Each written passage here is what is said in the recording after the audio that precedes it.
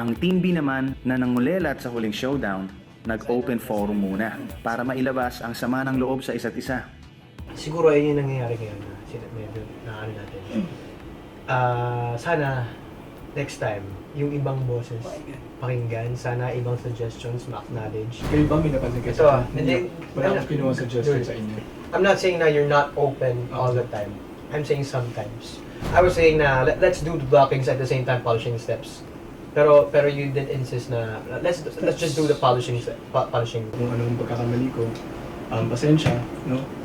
Tao lang din, nagkakamali ako. Sorry kung pinasaktan ako sa inyo. Sana mas lumakas pa yung samahan natin.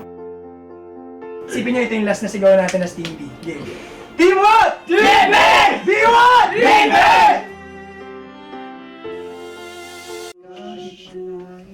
Di ba study first? I'm disappointed. I gave you the studies para aralin nyo.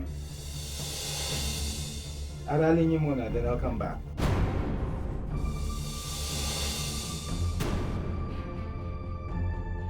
Kasi binigay niya na po yung study sa amin. Nagkaroon po kami ng first rehearsal, di ba po? Tapos, after po nun, naayos lang po namin yung first part of the song. We came unprepared. Hindi namin inaasahan na gagawin niya yun. Kasi parang nakilala namin Sir OG bilang sobrang bait.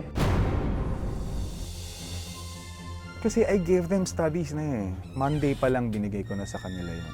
I'm confident naman na they'll get it eh. It's just that I expected more siguro kanina. That's why I left them. Minsan kasi when I get angry, I might end up saying something that, alam mo yun, mas lalo pa silang mawawalan ng loob.